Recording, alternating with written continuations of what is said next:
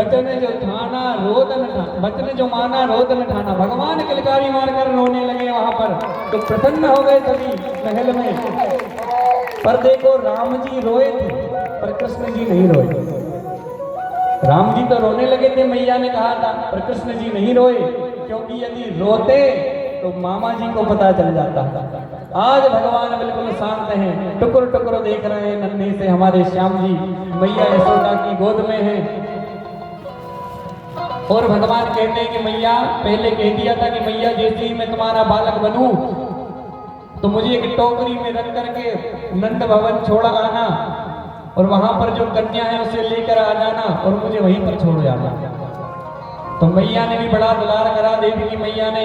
और आज जितने भी ताले थे सबके सब खुल गए, बेड़ियां खुल गई, और वसुदेव जी ने एक टोकरी में भगवान को रखा और सीधे नंद महल की ओर बढ़ गए। जितने भी ताले थे दरबारी सब सो गए, रक्षक सब सो गए, ताले अपने आप टूट टूट कर गिर गए। और भगवान को लेकर जा रहे हैं वसुदेव जी महाराज। रास्ते में यमुना जी आई। अब यमुना जी में से जब निकल कर जा रहे थे तो यमुना जी ने सोचा कि भगवान आए हैं और मैं इनके पैर पड़ लेती हूँ। तो अब यमुना जी उमड़ उमड़ कर भगवान के पैर पड़ने की कोशिश करने लगी। बादलों ने कहा प्रभु के दर्शन तो हम भी करेंगे, तो वर्षा कराने लगे।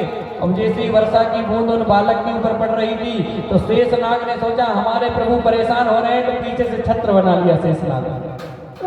नर्मदा में यमुना जी पैर पड़ने की कोशिश कर रही हैं और उमड़ उमड़ कर लहर उठ रही हैं। भगवान ने देखा कि यमुना जी को तो पैर पड़ने की पड़ी है और हमारे पिताजी डूब ही जाते हैं। अरे पहले आए घुटने तक पानी हो गया, कमर तक हो गया, छाती तक आ गया, और अब की बार नाक तक, तो सांस लेने की नहीं बनेगी। तो इनके पैर पड़ने के चक्कर में पिताजी गोविंदाय नमो नमः हो जाए। तो भगवान ने क्या करा, अपना एक पैर उस डलिया में से नीचे लटका दिया, और जैसे ही स्पर्श यमुना जी ने उस पैर का करा तो तुरंत घुटने घुटने पानी हो गया वसुदेव जी। ये प्रभाव है भगवान का।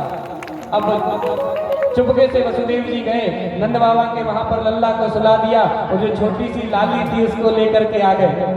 सुबह जब पता चला कि यशोदा को लाला ना हो, लाली भई, देवी की मैया को छोरा ना हो, छोरी हुई है। कंस भी माथा पीटने लगा कि देवता भी झूठ बोलते हैं। अरे कहा था कि 8वां गर्भ बालक होगा जो मेरा काल होगा, ये तो लड़की होगी। अब फिर भी कंस ने उसे मारने का प्रयास करा तो हाथ से छूट गई और अष्टभुजी रूप में वहां पर प्रकट हो गई है मैया, और कंस से कहती कि तुझे मारने वाला तो जन्म ले चुका है। कंस भी घबरा गया, जाकर के देवी की मैया और वसुदेव को प्रणाम करने लगा, भैया मुझे माफ कर दो, इन देवताओं की बात ले आकर मैंने तुम्हें बड़े कष्ट दिए हैं, तुम्हें बंदी गृह में डाल दिया, पर मुझे आज पता लगा कि देवता भी झूठ बोलते हैं। तो ये तो हुई मथुरा की बात। अब हम हमारे मन को लेकर कहाँ चले?